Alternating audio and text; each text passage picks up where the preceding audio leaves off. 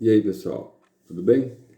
Lembrando que vocês têm que fazer, não deixe para trás, geografias da página 49, tem um QR Code para você acompanhar, que vai te ajudar a entender bem como é que é a formação da população multiétnica do Brasil por regiões, por exemplo, litoral, influência africana, norte, maior influência do indígena, e assim nós vamos vendo como é que eles vão ter montado esse estudo aí.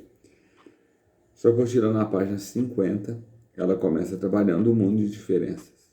193 países do mundo, cada um com suas características próprias, vivendo e dominando o lugar, da forma que aprendeu e apreendeu culturalmente. Aí na página 50 você já tem uma diferença de um grupo de gregos dançando e de um grupo de maçais que vivem no Quênia, mulheres maçais no Quênia.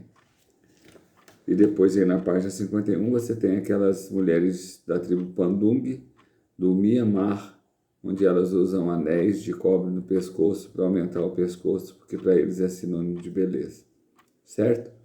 São culturas diferenciadas, a gente não pode questionar uma pessoa com cabeça rapada ou uma pessoa utilizando aí de outras fórmulas de apresentar a forma como se veste, como se alimenta, né?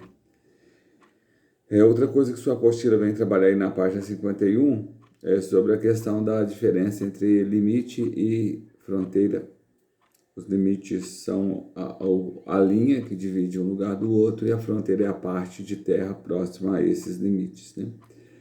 Cada um dos povos vive dentro de um país e esse país ele deve obedecer o esquema do princípio da autodeterminação do povo, né? Para ser um país reconhecido, você tem que ter o povo, você tem que ter o Estado com letra maiúscula, que é o poder da administração, e um poder econômico para poder valer.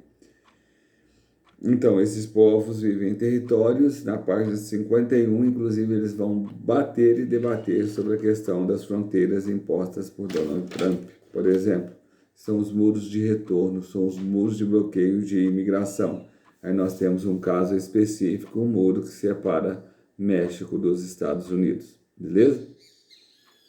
Aí você faça para mim o para refletir da página 72, beleza? E a gente continua. Qual que é a diferença entre território, estado e nação? Essa diferença você tem que saber. Então, território refere-se à área onde está assentado um estado, independente do fato de ele ser soberano ou não. Além disso, o conceito de território é definido, é avalizado, por uma relação de poder. Pode ser o território da turma do fundão, por exemplo. Pode ser o território da mesa do professor. Pode ser o território da cantina. Pode ser o território do Clube Atlético Mineiro ou do Cruzeiro Esporte Clube. São territórios bem definidos. Tá? No dia do jogo do Clássico, dividem-se em dois territórios distintos, atleticanos e cruzeirenses. O Estado corresponde ao conjunto de instituições, por isso é feito com letra maiúscula. O Estado é aquela instituição que vai organizar, administrar o que está ali dentro do território. Agora, nação, ela já tem a ver com sentimento. Olha, território nacional corresponde a um espaço ao qual determinado povo exerce poder e domínio, desenvolvendo atividades políticas, econômicas, sociais com autonomia. Só que existem lugares no mundo onde existem povos sem território reconhecido. Então, como é que se define o território desse povo? Onde se fala a língua, pratica a cultura, ali será o território. A sua apostila vai pegar um mapa histórico, os grandes impérios europeus, ela vai falar do Império Austro-Húngaro, Russo e Otomano, por exemplo, que no início da Primeira Guerra Mundial, eles acabaram sendo desmantelados, né? A mesma coisa de desmantelamento, se você parar para observar, alguns países no mundo, ao longo de sua história, também desmantelaram, ou seja, dividiram. É o caso da Tchecoslováquia e é o caso da Iugoslávia. Então você vai vendo como é que os mapas que vão sucedendo na sua apostila, na página 52 e 53, eles vão demonstrando como é que foi se formando a Europa que nós temos hoje. Olha aqui no mapa 7, por exemplo, é possível perceber a demarcação dos territórios da Polônia, Prússia, Letônia, Lituânia e Estônia, países bálticos.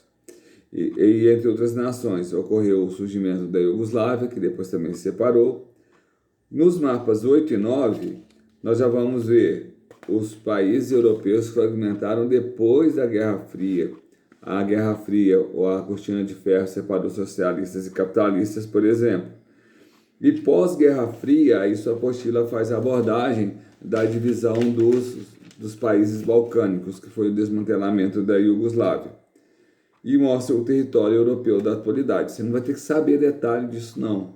Como é que começou, para onde foi, etc. Mas você tem que saber que nação é um conceito que vai além da fronteira.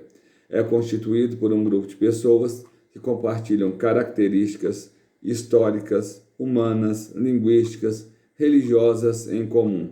Apresentam uma forte identidade cultural comum. Reunindo essas características, esses povos demandam a formação do Estado-nação próprio. Estado-nação, onde uma nação está dentro de um território administrado por um Estado com letra maiúscula. Entretanto, isso nem sempre é tão simples. Existem no mundo povos sem território reconhecido, que é o caso dos ciganos, que é o caso dos curdos, é o caso dos bascos, por exemplo, tá bom? Ó, sugestão para casa, atividade 9, 10, 11, 12 e 13 da página 55, tá bom? Bom trabalho para vocês. Até sexta. Até sexta não, até segunda.